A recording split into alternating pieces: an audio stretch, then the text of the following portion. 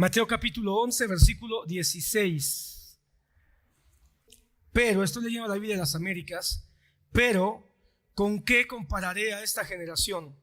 Es semejante a los muchachos que se sientan en las plazas y que dan voces a los otros y dicen: os tocamos flauta y no bailasteis, entonamos endechas y no os lamentasteis. Porque vino Juan, que no comía ni bebía, y dicen: tiene un demonio. Vino el Hijo del Hombre, que come y bebe, y dicen: mirad, un hombre glotón y bebedor de vino, amigo de recaudadores de impuestos y de pecadores. Pero la justicia se justifica por sus hechos. Y hoy quiero hablarte de 3 modelos de santidad, para que entendamos esto. 3 modelos de santidad, 3 modelos que yo miro en el Nuevo Testamento y que yo miro que convivieron o convergieron al mismo tiempo. En un mismo momento histórico vemos que se expresaron 3 formas de entender la santidad. El primero es la santidad falsa, representada por los fariseos y escribas. Abre tu Biblia, Lucas 11:38.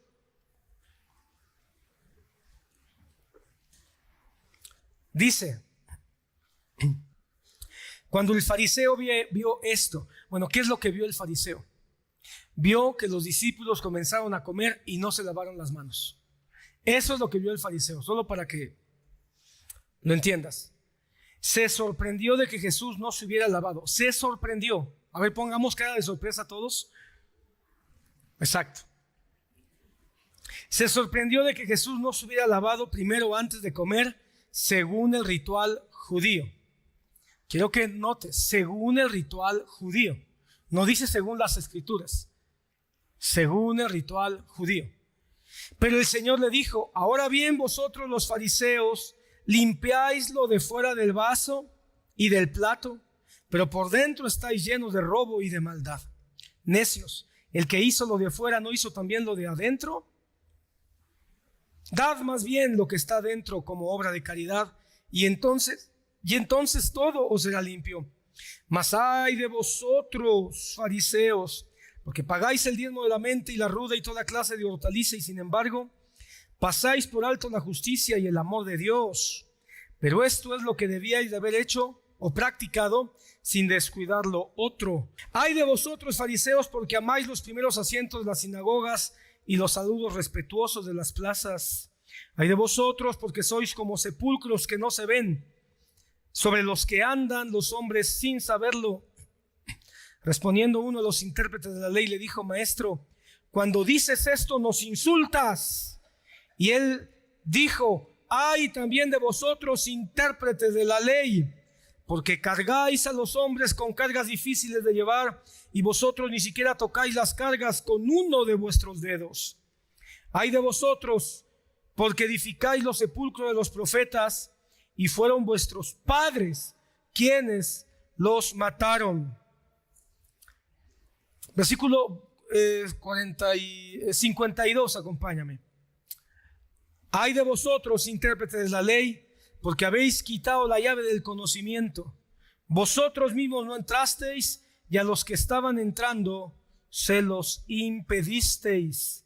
Y cuando salió de allí, los escribas y los fariseos comenzaron a acosarle en gran manera y a interrogarle minuciosamente sobre muchas cosas, tramando contra él para atraparle en algo que dijera. ¿Cuál es el modelo falso de la santidad? Está representado por los fariseos. Yo quiero que notes cómo los fariseos aquí se sienten muy ofendidos cuando se les confronta su forma de hacer las cosas. El modelo de la santidad religiosa, hermano, es muy místico. Es muy místico. ¿A qué me refiero con místico? Me refiero a que da apariencia de espiritualidad. Todo lo místico tiene que ver con aquello que es elevado, con aquello que es muy espiritual, que parece ser muy la palabra que estoy buscando es esa, espiritual, ¿verdad?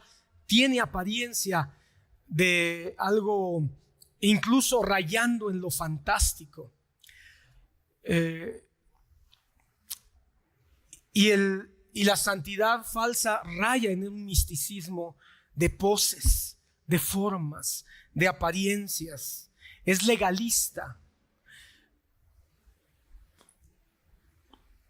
Tiene leyes o rigor de prácticas que se deben de cumplir para satisfacer la conciencia de estar uno agradando a Dios. Trata de ser demostrado de una manera superlativa a través de muchas formas, hermano. La forma de vestir, la forma de hacer las cosas en el culto, a veces saturar, ¿verdad? Saturar. Mira las capillas católicas, cómo están saturadas de cosas, de imágenes, de adornos, porque eso es lo que trata de demostrar que es un lugar santo, ¿verdad?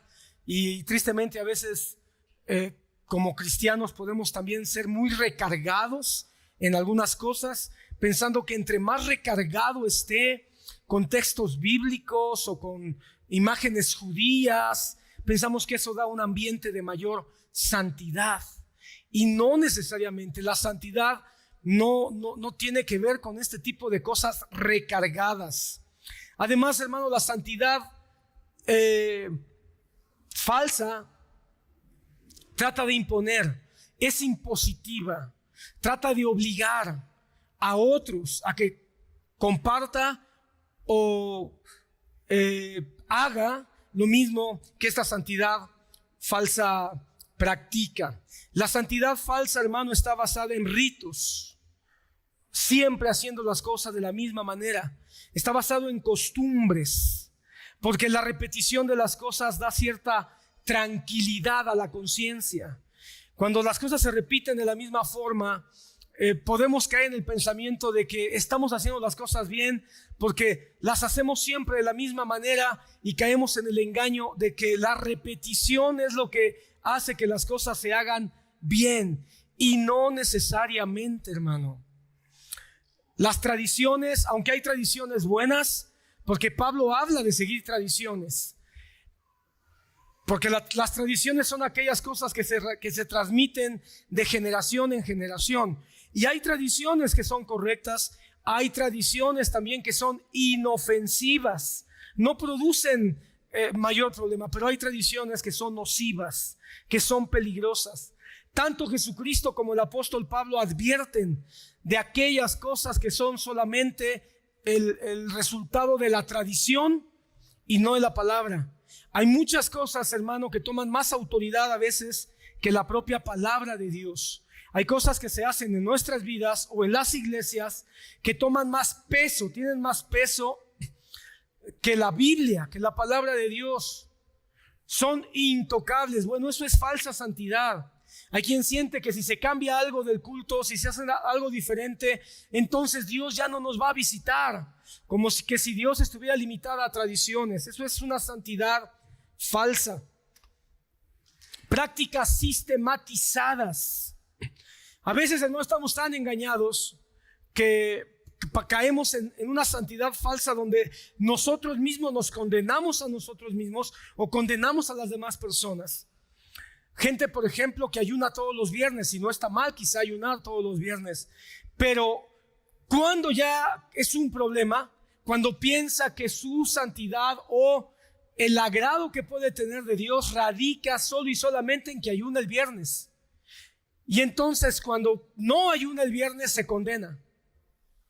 Hoy no ayuné, no pude ayunar, se me olvidó ayunar, estoy condenado, voy a perder mi salvación. Hermanos, eso es una santidad falsa, porque piensas entonces que tu santidad radica en un sistema de práctica religiosa. Ahora esto se convierte todavía peor cuando esta persona que ayuna todos los viernes le dice a las demás personas que deberían ayunar todos los viernes, porque si no ayunan todos los viernes, entonces ellos no están agradando a Dios. Aquí ya la santidad se hizo doblemente nociva, porque no nada más condena a aquel que la practica, si no la practica, sino que espera que todos los demás lo hagan. como los fariseos que trataban de imponer todas aquellas cosas que ellos habían construido en base a su tradición, a su rito, como algo que tenían que hacerse para demostrar que eran pueblo de Dios. Jesús los describe perfectamente, hermano, a esta santidad falsa en Mateo capítulo 23. Por favor, si puedes abrir Mateo 23. Hermano, los fariseos pensaban que hacer repetidamente las cosas le daba sustancia o entendimiento a las personas. Y aunque la repetición es una buena forma para enseñar, cuando se convierte en una carga, cuando se convierte en hasta en un ídolo, hermano, es más una piedra en el zapato que una bendición. Hermano, por ejemplo, los fariseos se habían llegado a tal extremo que aún su propio vestido para ellos era un reflejo de santidad. Para ellos solo vestirse como se vestían era decir, yo soy santo. Y obviamente el vestido no refleja en sí mismo, porque yo creo que la vestidura sí puede dar un mensaje, de hecho da un mensaje, pero no en sí mismo. Ese es el gran problema. Mateo 23, ¿ya lo tienes? Mateo 23. Mira, vamos a ver algunas cosas aquí que Jesús dice rápidamente, hermano, porque no es el tema únicamente hablar de este estilo de santidad. Así que voy a tomarme solo unos pocos minutos. Capítulo 23, capítulo 23, versículo 2. Voy rápido, pon atención, por favor, voy rápido. Los fariseos se han sentado en la cátedra de Moisés. Ellos estaban orgullosos de su religión. Estaban orgullosos de ser llamados el pueblo de Dios. Cuidado, la santidad no puede ser el orgullo de ser llamados pueblo de Dios. De modo que hacer y observar lo que os digan, pero no hagáis conforme sus obras, porque ellos dicen y no hacen. Lo que Jesús está diciendo es, la cátedra de Moisés es legítima. La cátedra de Moisés es correcta porque Dios la inspiró. Así que pongan mucha atención en lo que dicen los fariseos, porque habrán muchas cosas que ellos van a decir que son correctas, pero por favor no vivan como ellos viven, porque viven de manera falsa. Atan cargas pesadas y difíciles de llevar,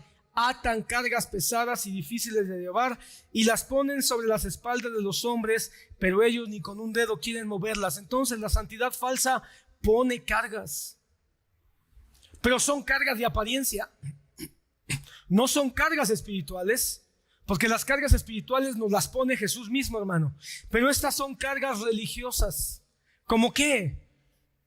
No uses pantalón, por ejemplo, que eso ya está muy degradado. La realidad es que ya casi todas las iglesias, ahora las mujeres se han ido al otro lado, ¿verdad? Y ahora como ya hemos sido liberados del legalismo, ya podemos usar pantalón. Ahora la pregunta está en qué clase de pantalón, ¿verdad? Pero hay legalismos donde se ponen cargas, qué ropa no debes de usar, qué aretes debes o no debes usar, si debe la mujer estar maquillada o no, si los hombres deben usar corbata o no. Estoy hablando cosas muy simples, hermano, que quizá hoy ya están hasta son risibles en la época en que estamos viviendo, pero todavía hay cargas. Hoy hay muchas iglesias que el diezmo es una carga. El diezmo no es un gozo, el diezmo no es un privilegio, sino es una carga. Si usted no diezma, entonces va a perder su salvación. Si usted no diezma, entonces no está representado delante de Dios y Dios no lo conoce a usted. Ese tipo de cosas, hermano, son y se trata de poner en el diezmo el objeto de la santidad. Yo ya diezmé, entonces como yo ya diezmé, Dios ya me conoce, Dios ya me acepta, entonces yo ya soy santo. Y no, eso es una falsedad, hermano. Entonces la santidad falsa pone cargas. Dios no quiere que vivamos con las cargas de los hombres ni las cargas de la iglesia.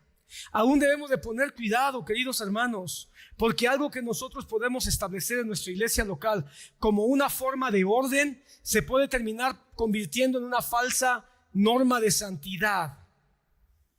Pensar, por ejemplo, que para ser miembro de la iglesia nuestra iglesia considera que necesitas tomar 2 cursos, doctrinas básicas y conociendo la congregación, porque te va a dar un panorama de entendimiento para saber qué se enseña en la iglesia y quiénes somos como iglesia. Y con esa información, entonces tú puedes decir, sí, mi corazón me da testimonio de que quiero ser parte de esta iglesia.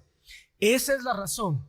Pero si acaso alguien piensa que el que ya es miembro de la iglesia es más santo, más espiritual, y trata con desdén al que todavía no ha tomado un buen principio o conociendo mi congregación, y lo trata con desdén, eso es una carga, porque entonces ser miembro de la iglesia no se convierte en la búsqueda de sembrarme para crecer en el Señor, sino se trata en la búsqueda de cómo lograr ser aceptado. Y no queremos que tú te hagas miembro de la iglesia para ser aceptado por la iglesia, sino porque te sientes realmente identificado con lo que Dios nos ha llamado a hacer como iglesia. Y si como ancianos o como hermanos imponemos cargas, entonces estamos siendo religiosos e imponiendo una santidad falsa. Sino que hacen todas sus obras para ser vistos. Esta es la santidad falsa. La santidad falsa hace las cosas para ser vistos por los hombres. Me visto de cierta forma para ser visto por los hombres. Hablo de cierta forma para ser visto por los hombres. Y por eso nos encontramos que muchos viven un cristianismo de santidad falsa, porque cuando vienen a la iglesia se visten de manera, ya no digamos formal, pero sí de manera, ¿cuál es la palabra? Nos vestimos de manera prudente. Pero cuando vamos fuera y no estamos en la iglesia, entonces nos vestimos de una manera inmoral incluso. Entonces, hermano, ahí hay una santidad falsa, porque entonces me visto para ir a la iglesia, me visto para que me vea la gente, no me visto para Dios. Cuando hablo con hermanos, hablo hasta con la jerguita cristiana que ya no sabemos, ¿verdad? Pero cuando hablo en el mundo, hablo con majaderías. Entonces es una santidad falsa, solo es una pose. Que cuando venimos a la iglesia nos tenemos hasta bien ensayada nuestra cara, ¿verdad? La cara con la que vamos a entrar al culto. Pero en la casa toda la semana tenemos una cara larga de enojo, de molestia, de fastidio. En la iglesia saludamos a todos los hermanos. Dios le bendiga, hermano. Y hasta estiramos la cara para que se nos borren las arrugas de la frente.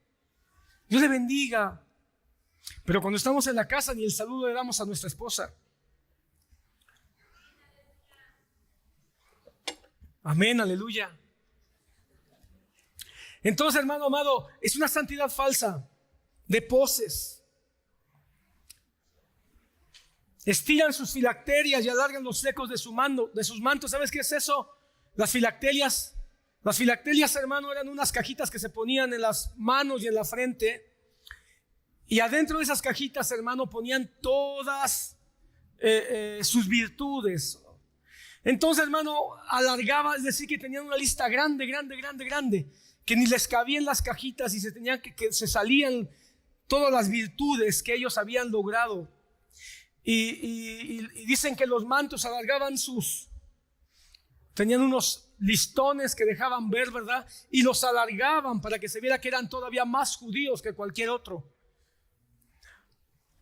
Solo buscaban ser vistos. Hermano, que no lo crean, hay una santidad falsa en la iglesia que busca ser vista, que la trabajamos nada más para que sea vista. Incluso nos cuidamos mucho entre cristianos, andamos a veces con mucho cuidado, porque sabemos que hay otros igual que nosotros, igual de fariseos, que nos van a juzgar y nos van a criticar si contamos un chiste. Nos van a juzgar y nos van a criticar si de repente se nos ocurre decir que vimos una película o que vimos un partido de fútbol. Y entonces decimos, mejor no voy a decir nada de esto, porque no sé si el hermano que está conmigo es igual de fariseo que yo. Y va a juzgarme y va a acusarme. Porque, hermano, ¿cómo crees que andaban los fariseos entre ellos? Solo cuidándose. solo juzgándose. Y miraban que aquel tenía los flequillos más largos, decía, ¿qué se cree aquel? Pues a la semana siguiente llegaba con los flequillos más largos que aquel otro. A veces tratamos de demostrar que sabemos más de la Biblia. A veces entre cristianos pensamos que saber más de la Biblia o aprendemos más de la Biblia para demostrar que sabemos más de la Biblia, pero a veces lo hacemos solo para demostrar que realmente somos cristianos, no porque realmente amemos. Ok, ¿qué más dice? Aman los lugares de honor en los banquetes y los primeros asientos en las sinagogas. Buscan los lugares principales. La santidad fariseica siempre va a buscar destacar. Siempre va a buscar hacerse discípulos. Siempre va a buscar gente que lo siga. Va a buscar, en otras palabras, los primeros lugares y los saludos respetuosos en las plazas. Pero vosotros no dejen que os llamen rabí, porque uno es vuestro maestro y todos vosotros sois hermanos. Y no llaméis a nadie Padre vuestro en la tierra, porque uno es vuestro Padre, el que está en los cielos. Ni dejéis que os llamen preceptores, porque uno es vuestro preceptor en Cristo. Creo que la iglesia deberíamos ser más sensibles a los consejos de Cristo. Deberíamos ser más sensibles. ¿Sabes qué es esto, hermano? Es un llamado a tener cuidado de la idolatría a los hombres. A nadie llames maestro. No significa que no aprendas de nadie. Aprende. Todo el tiempo aprende. Todo el tiempo escucha a aquellos que saben más que tú y sé humilde en aprender. Pero cuidado con llamarle maestro de una manera lisonjera. Cuidado de hacerte ídolos de tus maestros. Eso es lo que está diciendo. A nadie llames padre.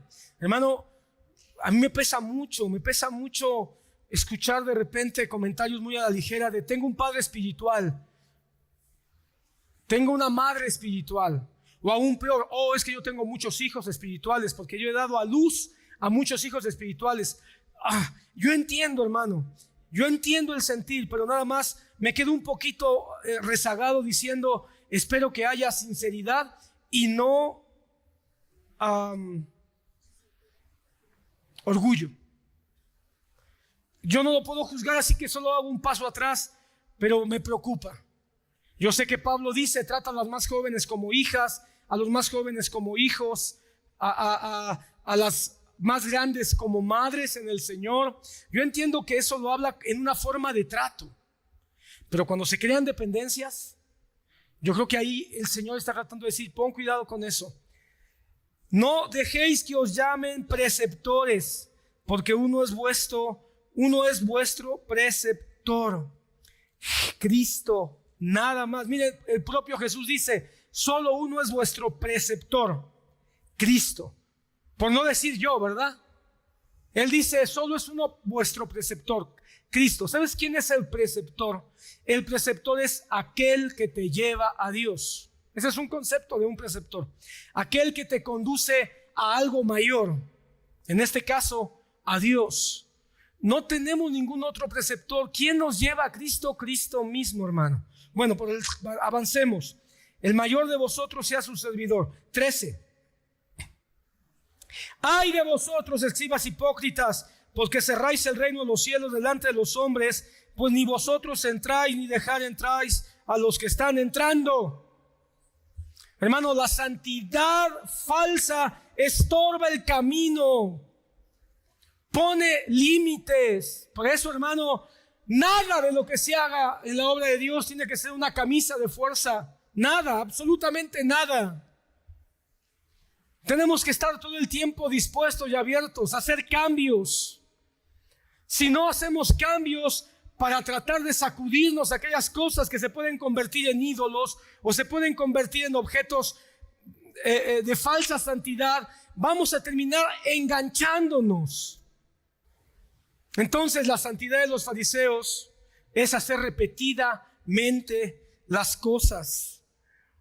Y a veces esa repetición se convierte en una carga, pero el punto es, no entran ni dejan entrar a los que están entrando, porque les ponen cargas, les ponen estorbos, les ponen frenos.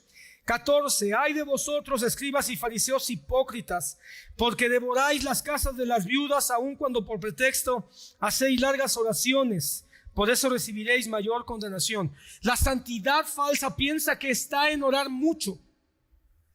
Ahora, no quiero que pierdas de vista, la oración es fundamental en la vida cristiana y en la santidad. Pero cuando pensamos que orar mucho, eso me hace más santo, y yo en mi mente pienso que ya impresioné con mi oración larga y rebuscada, ahí hay un problema.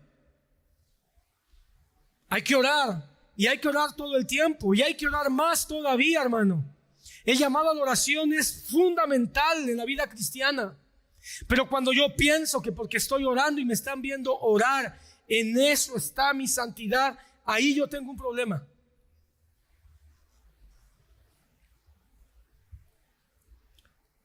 El problema aquí es que incluso los fariseos iban a visitar a las viudas, y después de que hacían grandes oraciones por las viudas, les decían: mire, mi oración fue de 1 hora, mi cuota por orar 1 hora es de tantos dólares, o pesos, o lo que sea que cobraban. Entonces, hermano, pensaban que su oración les demostraba a las pobres viudas: qué espiritual es este. Hoy sí le voy a dar hasta un cochinito. No, los judíos no tenían cochinitos, ¿verdad? Les voy a dar un borreguito a estos fariseos. Qué bonito oraron, cuánto tiempo oraron. No estoy diciendo que eso esté mal. El asunto está en el corazón. Ellos lo hacían para impresionar. Ay de vosotros, escribas hipócritas, porque recorréis el mar, la tierra, para hacer un prosélito, y cuando llega a hacerlo lo hacéis hijo del infierno 2 veces más que vosotros. Hermano, esto es ir a evangelizar. Y una vez que ya se evangelizó la falsa santidad, ya tanto nos tardamos, tanto hicimos por traer a alguien a la iglesia, y cuando llegan a la iglesia nuestra falsa santidad nos bloquea. No puedes, no debes, no tienes, hazte para allá, no te juntes con nosotros. Nosotros somos la élite de los hermanos del área de cuál, la que tú quieras. Tú no puedes acercarte a nosotros. Vemos una persona nueva y la vemos y decimos: pobrecito. En vez de acercarnos a hablar con él, con ella, arroparlo, introducirlo, estorbando, limitando, en vez de arropar, en vez de abrazar. La santidad falsa hace una barrera, porque pensamos que somos mejores que los que van llegando. Ay de vosotros, guías ciegos, porque dicen: no es nada que alguno jure por el templo, pero el que jura por el oro del templo contrae obligación. Insensatos, porque ¿qué es más importante, el oro o el templo? Hermano, el punto central aquí es que ellos están manipulando la palabra, le están agregando a la palabra. La santidad falsa agrega a la palabra, porque en términos prácticos, hermano, el Señor había dicho que el templo era santo porque Él se manifestaba ahí, pero el Señor nunca dijo nada acerca del oro del templo. Por supuesto, esta era una manera para que ellos se enriquecieran, diciendo que era más santo el oro que el templo. Pero el punto, hermano, es que están agregando. La santidad falsa agrega cosas. La santidad falsa agrega cosas a lo que ya está escrito. Inventa cosas. ¿Cómo puedes tú identificar a una persona que está viviendo una santidad fariseica cuando te dice que hagas cosas que la Biblia no te dice? Claro, ¿cómo te vas a dar cuenta? Leyendo la Biblia. No, usted no debe comer carne de cerdo. Y te van a decir, porque el Antiguo Testamento dice que no coma carne de cerdo. Y usted, como no ha leído la Biblia del Nuevo Testamento, usted no se ha dado cuenta que la palabra dice que el Señor Jesucristo ha hecho un nuevo pacto, que ha hecho el antiguo pacto inaplicable a nosotros. No que no tenga valor, pero ya no es aplicable. O a usted le pueden inventar un montón de cosas, o usted mismo puede terminar creyéndose: debo de congregarme los domingos y no debo de faltar. Si yo falto un solo domingo, entonces voy a perder mi salvación. Eso no está en la Biblia. Sí dice: no dejen de congregarse. pero no dice que vas a perder la salvación. Bueno, déjame ir más rápido. Quiero que entiendas el concepto nada más. 23. Ay de vosotros, escribas y fariseos hipócritas, porque pagáis el diezmo, la mente, el eneldo del comino, y habéis descuidado los preceptos de más peso de la ley, la justicia, la misericordia, la fidelidad. Y estas son las cosas que debías de haber hecho sin descuidar aquellas. Una vez más, la santidad falsa exagera las cosas que son de Dios y no tiene carácter.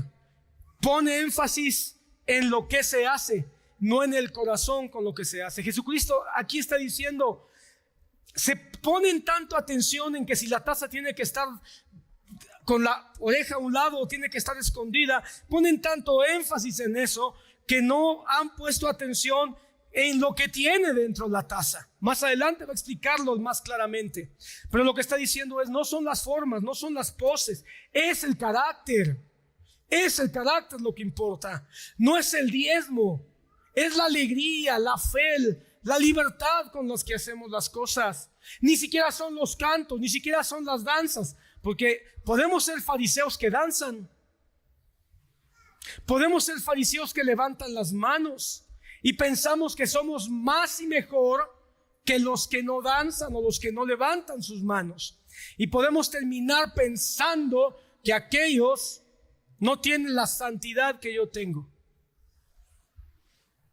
Y podemos caer en un engaño, porque a veces uno como pastor puede, o como director de alabanza, puede caer en el engaño que los que sí están pasando a danzar son más espirituales que los que se quedan en su lugar. Y eso no es necesariamente cierto. Tampoco es cierto lo contrario. Tampoco es cierto que los que se quedan en su lugar son más espirituales que los que sí pasan a danzar. Ninguna de las dos cosas son ciertas.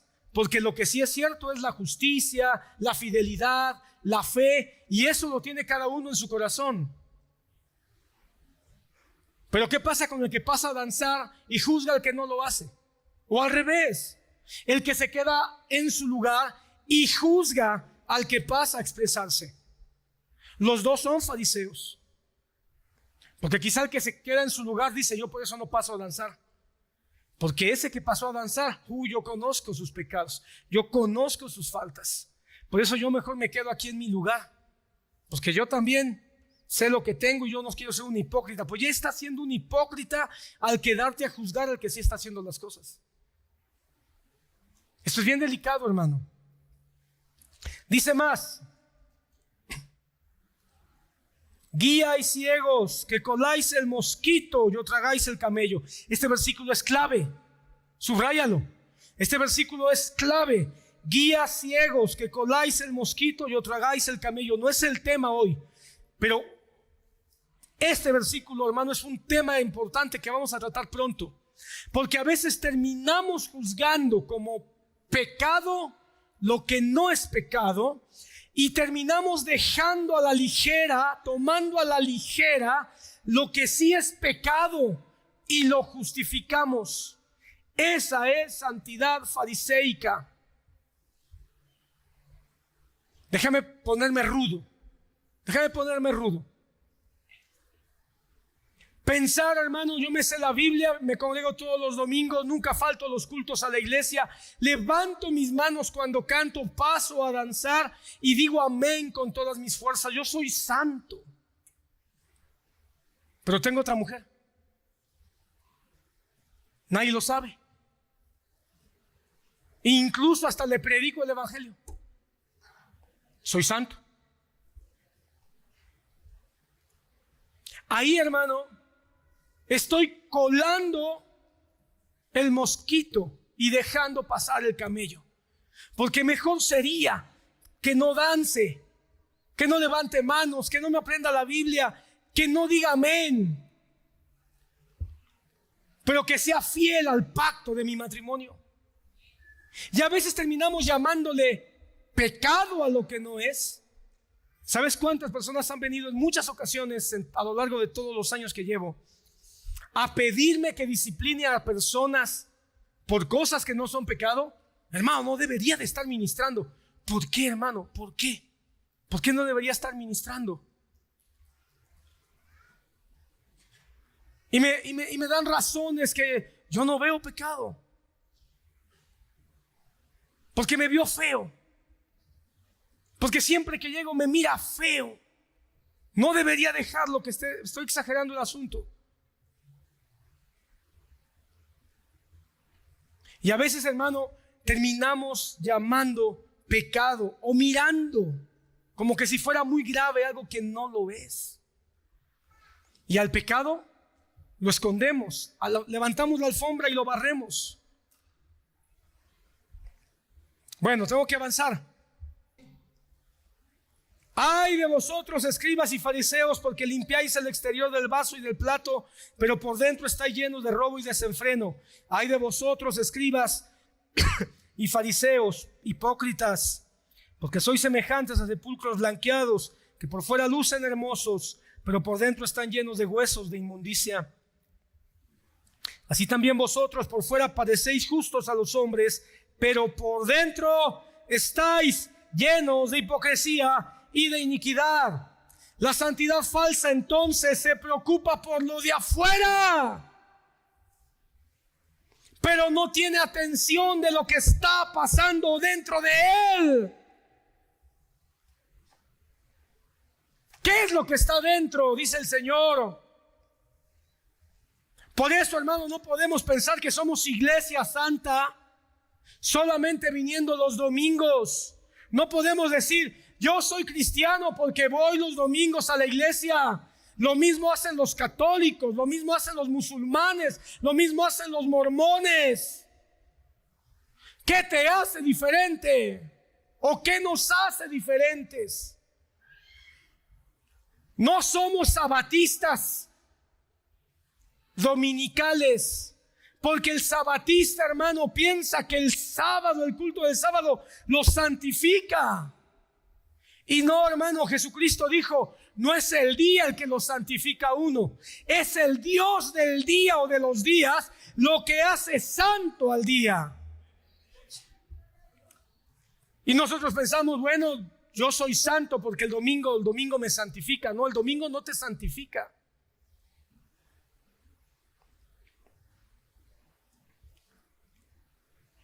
(29) Ay de vosotros, escribas y fariseos hipócritas, porque edificáis los sepulcros de los profetas y adornáis los monumentos de los justos, y decís, si nosotros hubiéramos vivido en los días de nuestros padres, no hubiéramos sido cómplices en derramar la sangre de los profetas. ¿Cuántos no han pensado en alguna ocasión? No, si yo hubiera sido en la época de Jesús, yo no lo hubiera negado. ¿Alguna vez has pensado así? Hipócrita. Peor que Pedro lo hubiéramos negado, hermano. Pero ¿sabes qué, hermano? Lo que me llama la atención es que dice, la santidad hipócrita exalta, hace monumentos, elogia. Por eso, hermano, mucho cuidado. Nunca más lo vamos a cometer el error de exaltar a los hombres. Aprendamos de ellos, honrémoslos, respetémoslos, pero nunca más los honremos como que si ellos fueran el objeto o el origen de nuestra santidad. El pastor no te santifica. No hay ningún apóstol que te santifique. Ni los de la Biblia, que sí son verdaderos, no como los de ahora. Así que, hermano, exalta a Cristo. Exalta a Cristo.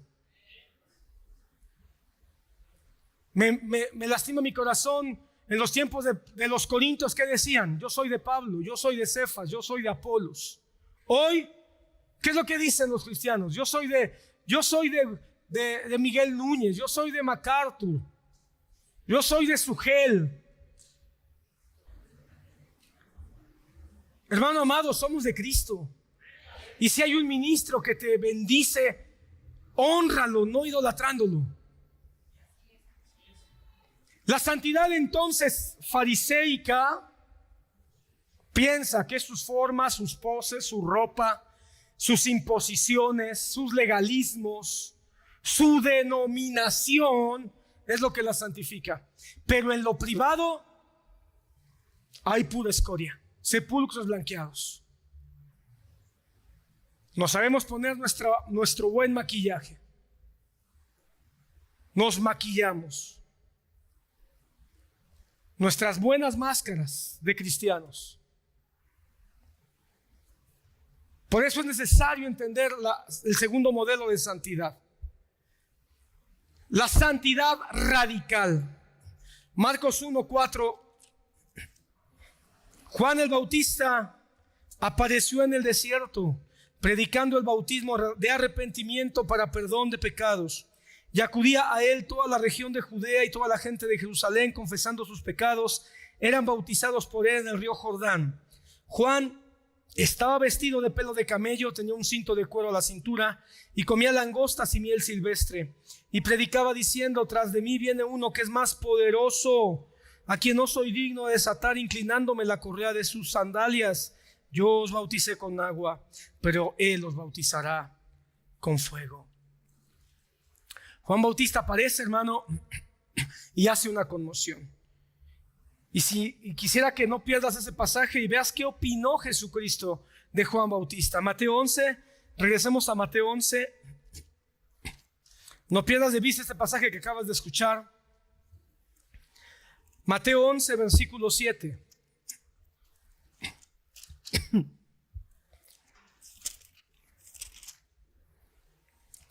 Mientras ellos se marchaban, Jesús comenzó a hablar a las multitudes acerca de Juan Bautista.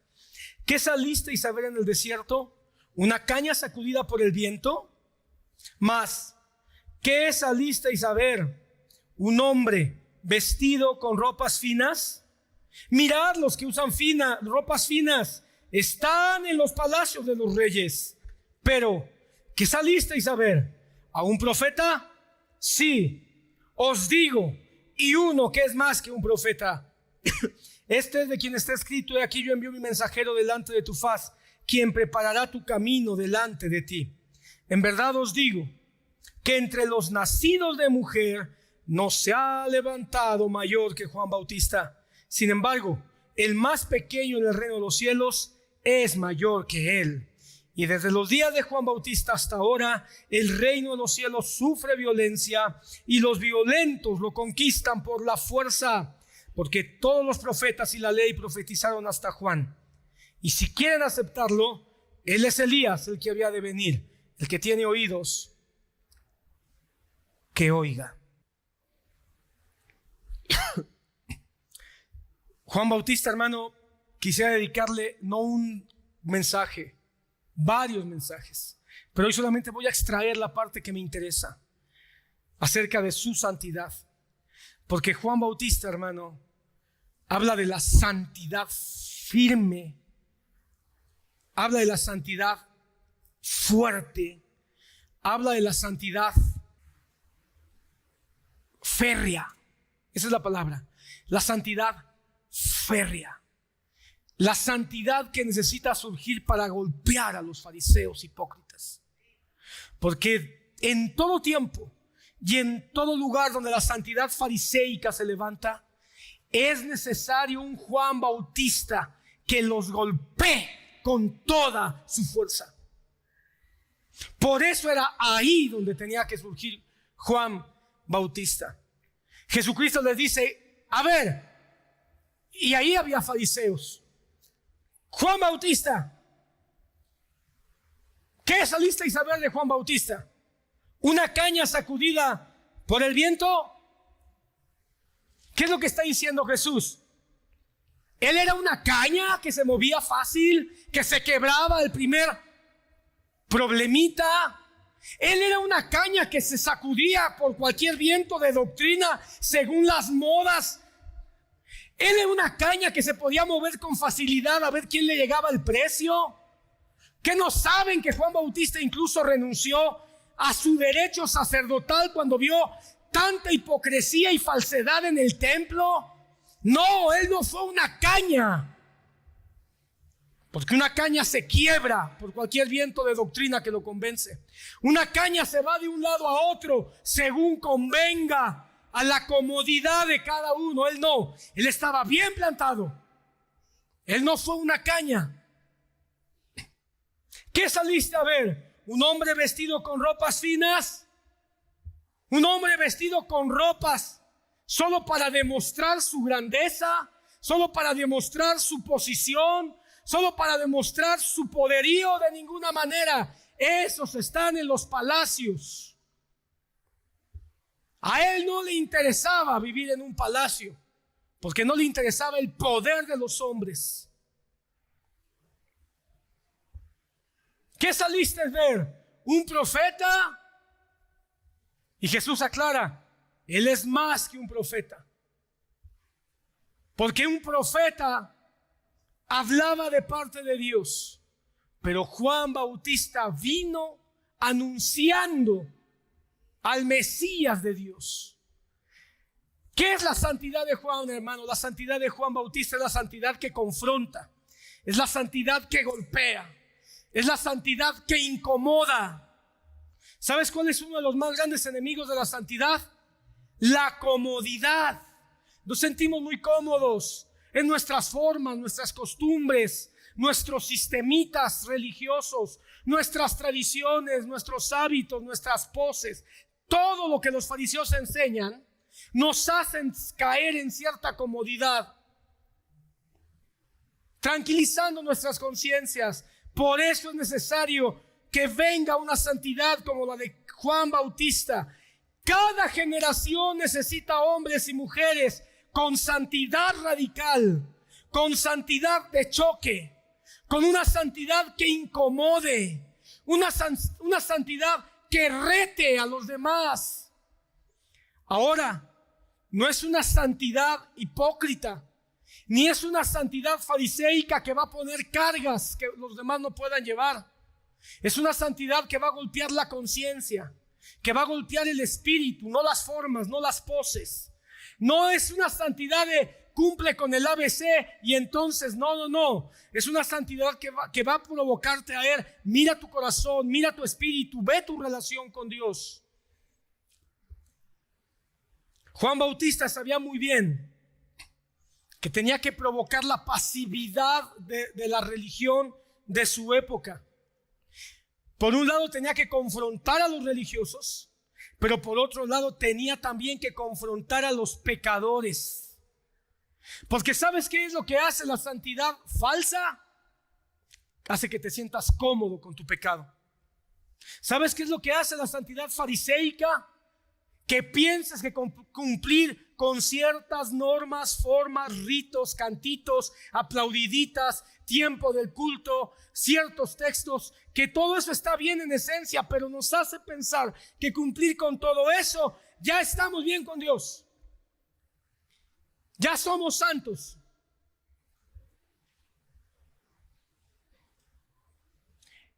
Y Juan Bautista quiere decirte, no, ve tu pecado.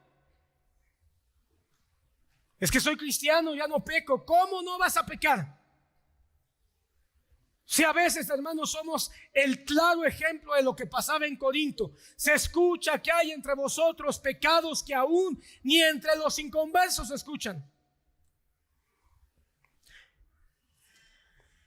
Su mensaje de Juan Bautista era congruente con su estilo de vida, con su forma de vida.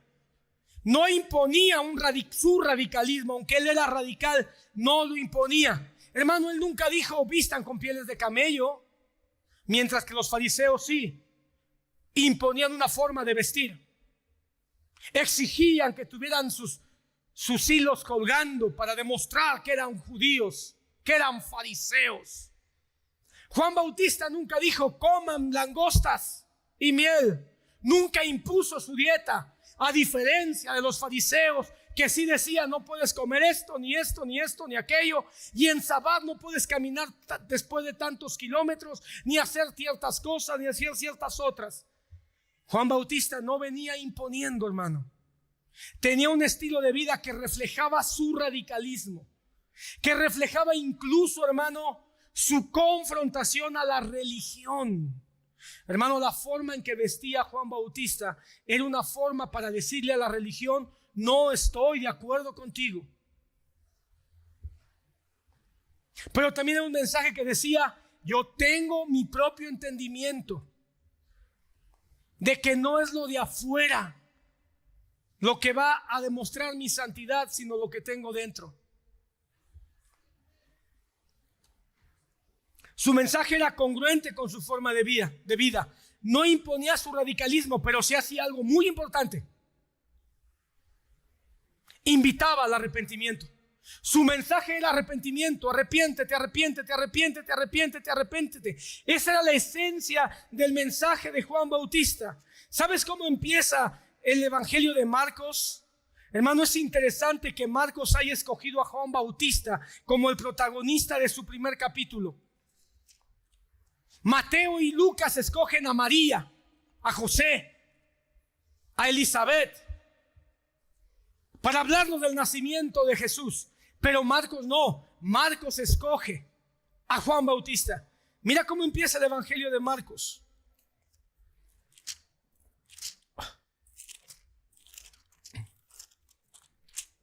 Principio del Evangelio de Jesucristo, Hijo de Dios. Como está escrito, yo envío mi mensajero delante de tu faz. Principio del Evangelio de Jesucristo. ¿Y cuál es el principio del Evangelio de Jesucristo? El mensajero. ¿Y quién era el mensajero? Juan Bautista. Entonces, para Marcos, el principio del Evangelio estaba escondido en Juan Bautista. ¿Y qué es lo que lo hace Juan Bautista? Versículo 4, apareció predicando el bautismo de arrepentimiento. Arrepentimiento. Cambia tu mente, cambia tu manera de pensar, cambia tu manera de vivir, cambia tu manera de hablar, cambia tu manera de hacer las cosas. Ese era el mensaje de Juan. A los cómodos religiosos de las sinagogas, a los cómodos escribas que pensaban que porque se sabían la Biblia de memoria eran santos. Juan Bautista viene a los de las sinagogas llenos de hábitos, de costumbres, de tradiciones y les dice: no, eso no es santidad si no hay arrepentimiento. Viene a los teólogos, a los maestros de los seminarios, a los predicadores y les dice: no, eso no sirve de nada si no hay arrepentimiento. Juan Bautista entonces representa la santidad bien fundamentada en la consagración, dedicado solamente a un propósito. En el caso de Juan, consagrado para predicar el arrepentimiento. Sabía muy bien, hermano, que la imposición de las formas ya no servían de nada, que no cubrían realmente, solo maquillaban. Así que entonces Juan, ¿qué hace? Acepta a los pecadores, acepta a todos los que llegaban, pero una vez que llegan les dice: arrepiéntete. Todos son bienvenidos, todos merecen estar aquí, pero una vez que ya llegaste tienes que entender algo: arrepiéntete. En otras palabras, cambia. Es una santidad que busca entonces remover las conciencias, sin imposición, sin obligación, sino con el poder de la palabra de Dios. Es una santidad humilde. Mira Juan Bautista: viene uno detrás de mí que no soy digno de desatar sus sandalias. Es una santidad humilde que no se enarbola a sí mismo, que no se engrandece a sí mismo, sino que apunta a Cristo, señala a Cristo, prepara el camino para Cristo. Es la santidad de aquellos que predican pero no están buscando reconocimiento. Es la santidad de aquellos que cuidan su vida, su manera de hablar, de ser, de tomar decisiones, pero no necesitan publicarlo en internet porque lo hacen para la gloria de Cristo. Es una santidad que busca la gloria misma de Cristo, hermano. La Biblia dice que su vestido era de camello, su cabello era largo y su dieta, hermano, ya lo dijimos, sui generis. La santidad radical es incómoda. La santidad radical, hermano, no es para muchos. No muchos, hermano, pueden vivir una santidad radical. Tienen que ser llamados por Dios. Tienen que ser llamados por Dios. ¿Y sabes qué va a pasar con aquellos que decidan vivir una santidad radical? Van a ser rechazados inmediatamente. Van a ser perseguidos inmediatamente. Porque nadie quiere a una persona que le ofrecen vino, le ofrecen cerveza y dice: no, muchas gracias, no, estoy bien así. ¿Qué? ¿Tu religión te lo prohíbe? No, sencillamente amo a Dios. ¿Qué? ¿Tu vieja te pega? No, sencillamente le soy fiel a ella y a Dios. ¿Y sabes qué? Te van a dejar de hablar. Y cuando cuenten un chiste grosero, lleno de pornografía, lleno de inmoralidad, y tú no te rías, incluso te des un poco la media vuelta, te van a decir, ¿tú qué? Santurrón. ¿Y sabes qué va a pasar? Te van a dejar de hablar. Si tú eres llamado a una santidad radical y no vas a vestir tus minifaldas, mientras todas en la secundaria o en la prepa se visten de minifaldas con un escote hasta el ombligo, y tú seas una señorita que cuida y sabe que no tiene que estar demostrando su cuerpo porque es templo del Señor, ¿sabes qué te van a decir? Mojigata. Y cuando escuchen cómo hablas, y en vez de ser una feminista como las que acabamos de ver, que una vez más destrozaron la Ciudad de México, y vean que tú respaldas el concepto de feminidad bíblico, sujeto a su esposo, dedicado a sus hijos, ¿sabes qué? Te van a tachar de anticuada. Por eso no muchos quieren la santidad radical de Juan Bautista, pero cada generación necesita de estos. Que aún su ropa sea diferente, que aún lo que comen, lo que hablan sea diferente. Pero ¿sabes qué va a pasar? Que muchos también te van a decir, háblame más de esto. Porque dice que multitudes venían a Juan Bautista y se bautizaban. Pero también va a haber muchos que van a decir, oye, qué valiente eres. Qué valiente, no tienes miedo a perder la cabeza. Cuando él comía grillos, hermano, cuando él comía grillos, no era una pose. No era una pose para que dijeran, oh, qué santo es Juan Bautista. No, realmente él tenía una dieta diferente porque había logrado hacerlo de manera propia, natural. Juan Bautista no era santo solo por fuera, en su forma de vestir. Era santo por dentro. Pero era una santidad fuerte, explosiva, retadora. Porque también, hermano, lanzaba el reto. Tú también deberías. Tú también podrías. Sin embargo, sabía cuándo menguar. Sabía cuándo callar. Era una santidad sabia. Como ya lo dije, cada generación necesita santidad radical. En el tiempo de Jesús, Juan Bautista la representó. Poco tiempo después, Agustín de Hipona fue un radical, hermano. Savonarola, hermano, en Italia en la Edad Media, fue un radical, uno que enarboló la santidad radical y le costó, hermano, la muerte. Juan Hus lo mataron en la hoguera, lo quemaron vivo por tener una santidad radical que decía, ya basta de ídolos, ya basta de adorar solo imágenes. Volvamos a la Biblia. Martín Lutero, hermano, se salvó de milagro, literalmente fue un milagro lo que Dios hizo para salvarle la vida al radical, hermano. Oh, si tú pudieras leer un pasaje o un sermón de Martín Lutero, hermano, te avergonzarías de lo fuerte, de lo radical. Hermano, si yo me atreviera a predicar uno de esos sermones que él predicaba tan fuertes, hermano, la mitad de ustedes se sentirían tan ofendidos que no regresarían el próximo domingo.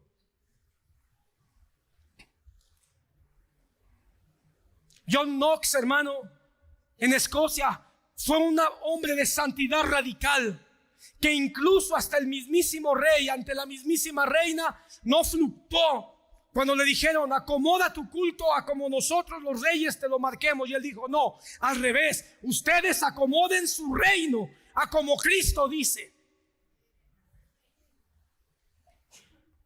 John Wesley, hermano, podemos decir mil cosas de John Wesley, pero nadie puede negar que él vivió una santidad prodigiosa que logró que incluso las tabernas de su pueblo se cerraran. Hoy por hoy la historia reconoce a John Wesley como el precursor del gran movimiento de la santidad en Inglaterra. Las personas llegaban buscando no nada más ser salvos, sino buscaban cómo ser santos. Y estoy mencionando solo algunos. Y hoy en esta época, hermano, yo miro a hombres, por ejemplo, solo menciono uno que alcanzo a mirar, porque yo creo que hay varios. El hermano John MacArthur. Él es un hombre de santidad radical. Y cuando yo he leído alguno de sus libros, yo miro su enojo por la decepción de lo que ha visto en la iglesia cristiana.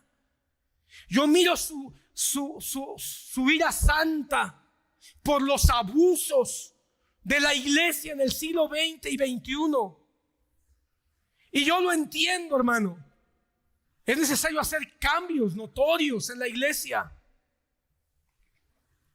Cristo mismo dijo: Él es Elías, dijo de Juan Bautista. Él es Elías. ¿Y qué era Elías? Un profeta que confrontaba. Un profeta que definía los corazones del pueblo. ¡Ey!, dijo Elías, ¿hasta cuándo van a estar en dos opiniones? Decidan hoy, pero decidan bien. O van a seguir al Dios de vuestros padres que los liberó de Egipto, o van a seguir a los Baales que los ha llevado a la idolatría y a la inmoralidad sexual. ¿Y sabes qué pasó? Que esa noche todos dijeron sí al Dios de Isaac, de Abraham y Jacob. Pero al otro día vino la desgraciada de Betsabé. No, perdón, de Jezabel.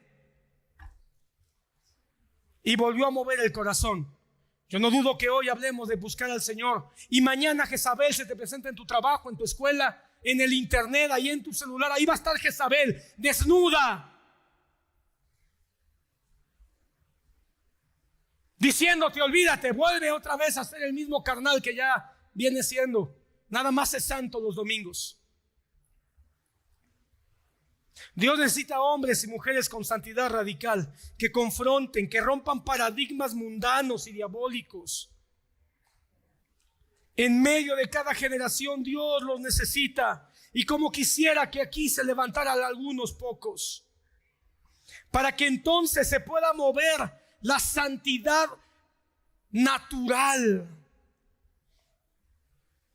Colosenses 3, versículo 10 dice: y os habéis vestido del nuevo hombre, el cual se va renovando hacia un verdadero conocimiento, conforme a la imagen de aquel que lo creó. Una renovación en la cual no hay distinción entre griego y judío, circunciso e incircunciso, bárbaro, escita, esclavo o libre, sino que Cristo es todo en todos. Entonces, como escogidos de Dios, santos y amados, revestidos de tierna compasión, bondad, humildad, mansedumbre y paciencia, soportándose unos a otros y perdonándose unos a otros.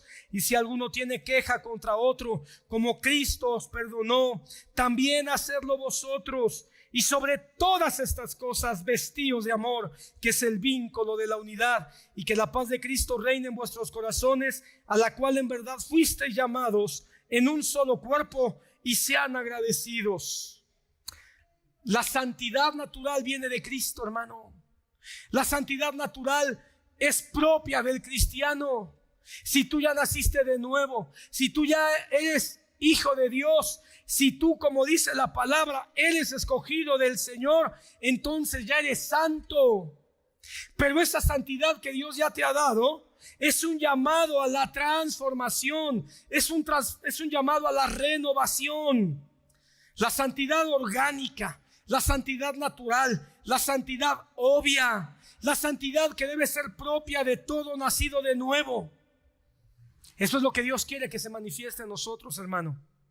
Es la santidad de equilibrio perfecto, porque por un lado está la santidad hipócrita y falsa, de imposiciones, de formas, de fachadas.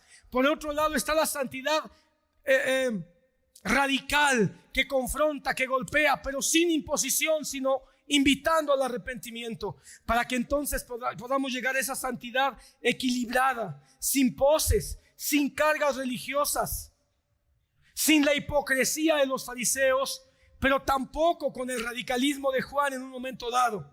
Una vida cristiana de equilibrio, pero compasiva con todos, que se manifieste en mi vida como el resultado de lo que Cristo está haciendo en mi vida, pero entendiendo que tengo que combatir todos los excesos.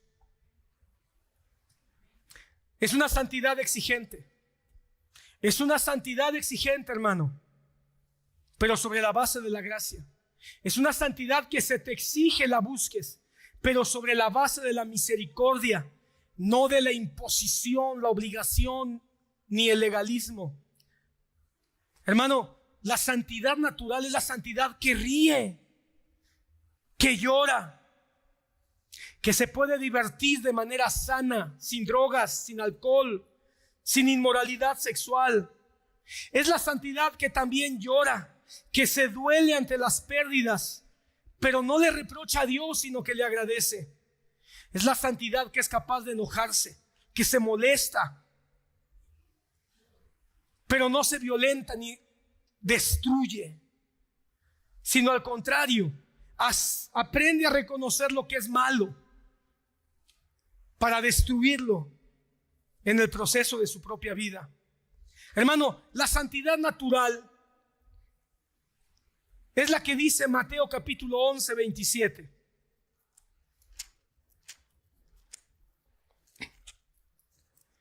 Dice así, capítulo 11, 27.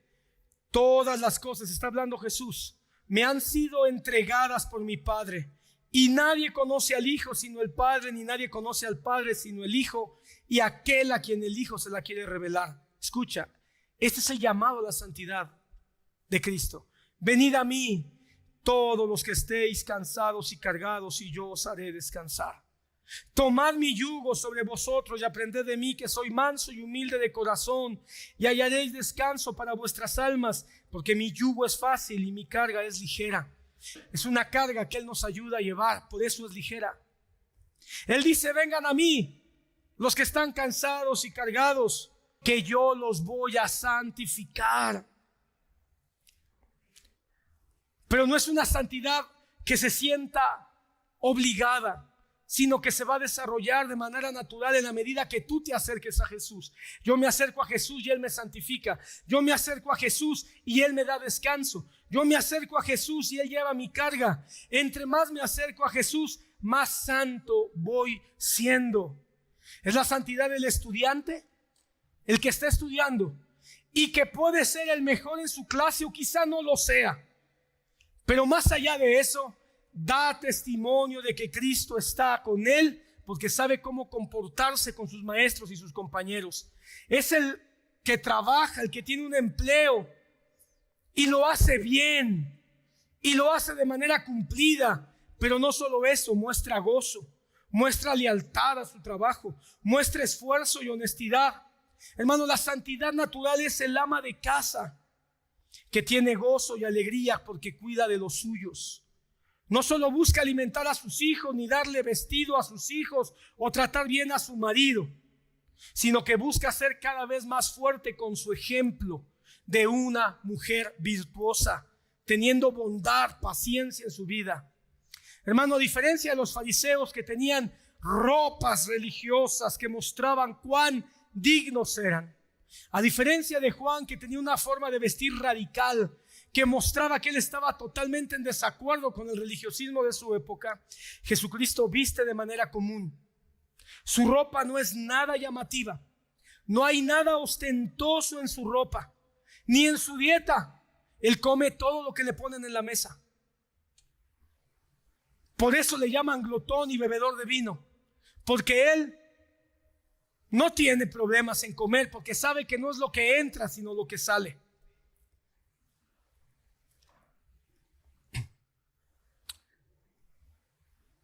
Su apariencia entonces no es ostentosa, pero su carácter sí es llamativo. Su carácter es puro. Su carácter es distinguido. Donde quiera que se paraba, brillaba. Su carácter era firme con los que tenía que ser firme, pero tierno con los que tenía que ser tierno. Era fuerte, pero al mismo tiempo adaptable. Era fuerte y firme con los fariseos hipócritas, pero se adaptaba a una mujer que estaba siendo humillada porque la habían sorprendido en adulterio. Era fuerte y firme con los hipócritas escribas o con los romanos, pero era tierno y moldeable con los niños que se acercaban a él. Su santidad estaba en su carácter, no en cómo estaba por fuera. No había en él, humanamente hablando, hermano, nada que pareciera diferente. Caminaba y se cansaba como cualquiera. Jesucristo dormía y comía como cualquier otro. Se alegraba y disfrutaba de la compañía de sus amigos, hermano, como cualquier otro. También se indignaba, también se molestaba cuando veía que algo era malo o era algo injusto. Vemos un Jesús que lloraba, que se cansaba, que buscaba la soledad en ocasiones porque se sentía tal vez hostigado por las multitudes. Pero también vemos un Jesús que cuando estaba de buen ánimo, él provocaba a ir a las fiestas. Disfrutaba de las reuniones con sus amigos, con su familia. Vemos un Jesús que hablaba con ternura, pero cuando era necesario también con gran seriedad. Una vez más, sus ropas eran comunes, pero respetables. Su manera de hablar era sencilla con los simples, pero profunda con los que se creían sabios y poderosos. Se acercaba a las personas y a sus circunstancias. Seguro que era un hombre responsable en su trabajo y lo hacía con excelencia. ¿Cuánto más en su ministerio? Era un hombre que aprendía a respetar a las autoridades civiles y se sujetaba a ellas. Con todo esto, hermano, era el hombre más santo, o es el hombre más santo que ha pisado la tierra. Jesucristo no vino imponiendo nada. No vino imponiendo nada. Nunca obligó a nadie. Pero sí dedicó mucho tiempo a explicar. Pero sí dedicó mucho tiempo a enseñar. Pero sí dedicó mucho tiempo a discipular con la palabra de Dios. Pero sí dedicó mucho tiempo a sentarse y a aceptar a los que estaban a su alrededor. Igual aceptaba al fariseo con toda su religiosidad, que al leproso con toda su enfermedad, que a la mujer sorprendida en adulterio con toda su pecaminosidad. En otras palabras, tenía la virtud de aceptar a las personas porque él sabía que no había nada que manchara su santidad. La santidad natural a la que estamos siendo llamados comienza viendo a Jesús. La santidad a la que te estoy hoy invitando a que aprendas no es una obligación. Lo que Jesús expresa con toda su gloria de santidad en su vida humana es una cosa. Y él mismo lo dice en el Evangelio de Mateo. ¿No entendéis que lo que entra en la boca va al estómago y luego se elimina? Pero lo que sale de la boca proviene del corazón, y eso es lo que contamina al hombre. Porque del corazón provienen los malos pensamientos, los homicidios, los adulterios, las fornicaciones, los robos, los falsos testimonios y las calumnias. Estas cosas son las que contaminan al hombre. Pero comer sin lavarse las manos no contamina al hombre. Por lo tanto, hermano, la santidad verdadera, la que fluía de manera natural en Cristo como modelo, es la santidad a la que estamos siendo llamados nosotros, que surja de manera natural si Cristo ya está en nosotros, no como una carga, sino como consecuencia de nuestra nueva naturaleza, no como una imposición, sino como el resultado del nuevo nacimiento que ya tuvimos en Él. Eso significa que todo aquel que aquí ya nació en Cristo Jesús es santo y puede ser santo. Pero si alguno de ustedes no ha nacido en Cristo Jesús, no puedes ser santo. Vas a estar luchando, diciendo, voy a ser bueno, y no puedes avanzar.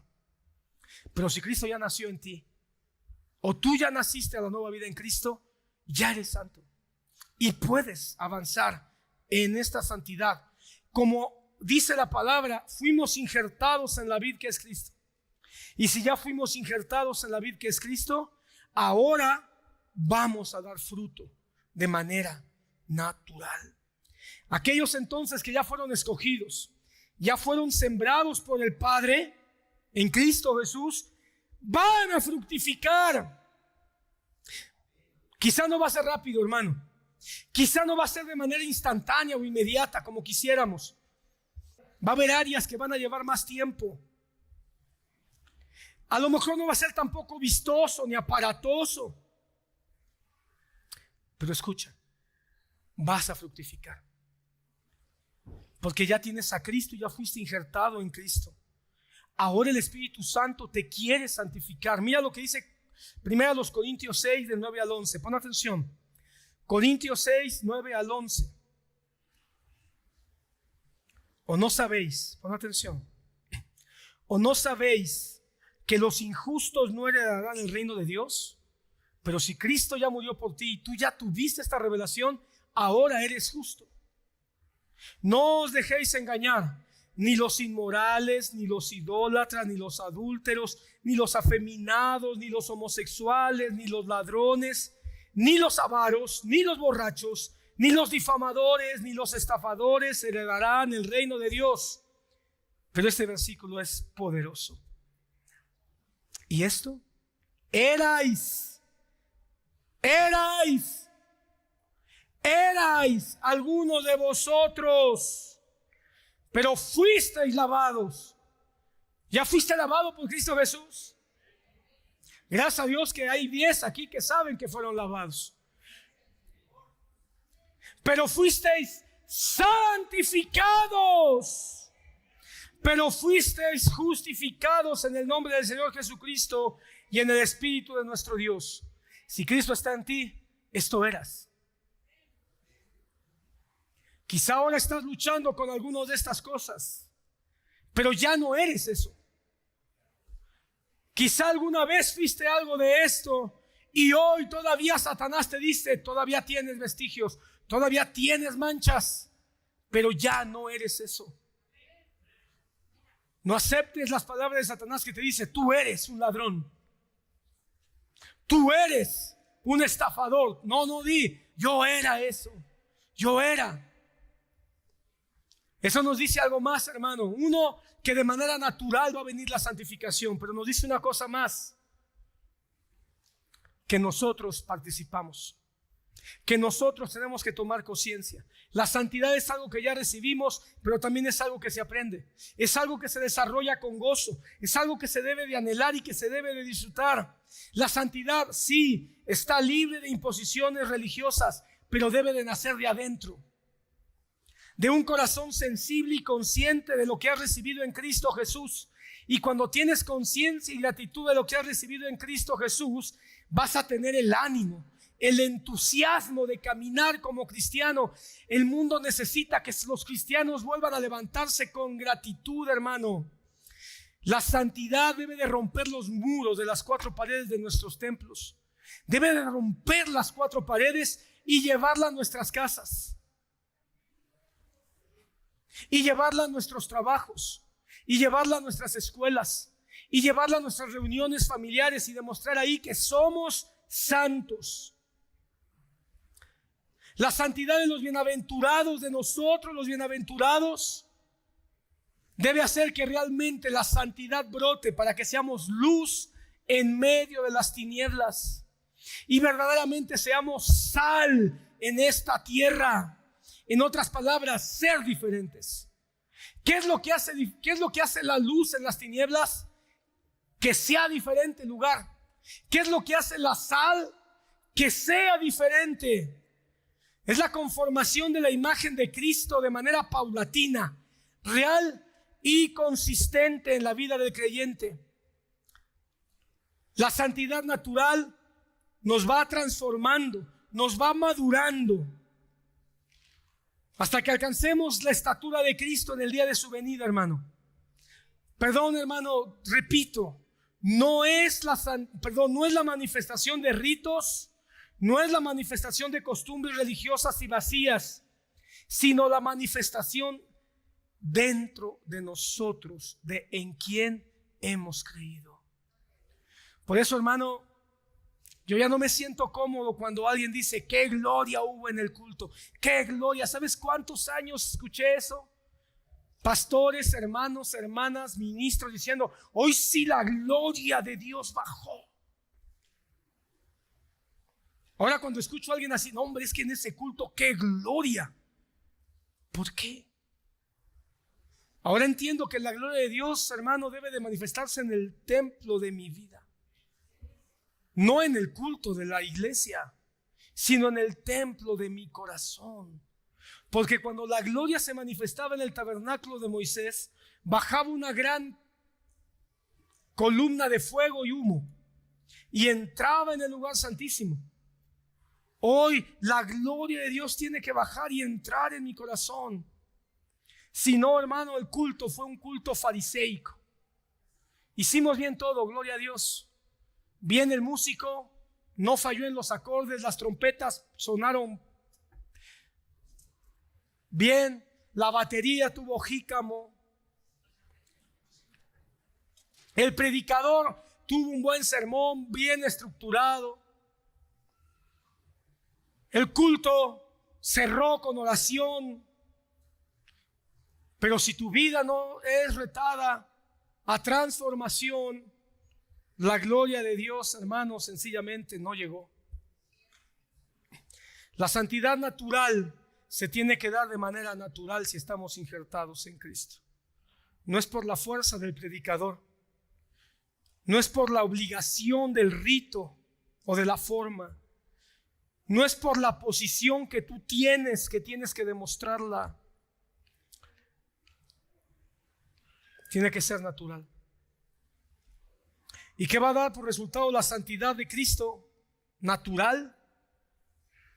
Que nos sintamos agradecidos de tener vida, que tengamos paz, que tengamos perdón, que podamos amar a los demás, que crezcamos en fe cada día más, que amemos la verdad, y la verdad es la palabra de Dios, que podamos ser generosos y compartir con otros, porque ahora todo esto es parte de nuestra naturaleza. Somos nuevas criaturas, hemos nacido de nuevo. Y la expresión natural de un limón es que dé limones. La expresión natural de un mango es que dé mangos. La expresión natural de una guayaba es que dé guayabas. Y quizá hoy a mí me regalaron esta guayaba, está chiquita porque me la dio una chiquita. Pero quizá yo pueda poner aquí una guayaba de este tamaño. ¿Has visto guayabas de este tamaño? Oh, sí. ¿Cuál es más guayaba? Las dos son guayabas. Cuando yo parto la guayaba pequeña y la guayaba grande, adentro voy a encontrar lo mismo y el mismo sabor. Quizá haya pequeñas variantes en su dulzura o su acidez, pero básicamente es el mismo sabor. Pero de manera natural, esta pequeña o esta grande, de manera natural, las dos surgieron del mismo tronco de guayaba.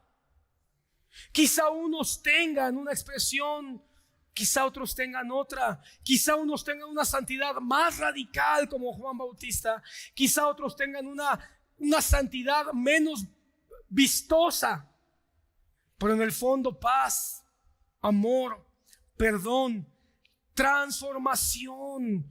Hermano, el mundo está esperando una iglesia no que cumpla con su religión, sino que cumpla con su transformación. El mundo gime, la creación entera gime hasta la manifestación de los hijos de Dios. La creación gime, hermano, y no está esperando fariseos presumidos que impongan, que obliguen. La creación está esperando ni siquiera una multitud de Juan Bautistas, porque estos son como garbanzos de a libra que van brotando para empujar, para golpear, Pero lo que la creación está esperando es la gran cosecha de una iglesia que ame a Jesús con todo su corazón, de tal manera que se consagra y dice: Señor, ya no quiero hablar como hablaba, ya no quiero vivir como vivía, ya no quiero pensar como pensaba, ya no quiero adulterar, ya no quiero fornicar, ya no quiero robar, ya no quiero emborracharme, ya no quiero mentir, ya no quiero defraudar, ya no quiero ser deshonesto, ya no quiero ser tan violento, tan enojón, ya no quiero ser tan dramático y tan angustioso todo el tiempo. Transfórmame. El mundo necesita una iglesia, y que salga no porque el pastor te lo dice, sino porque el Espíritu Santo te dice: tú puedes.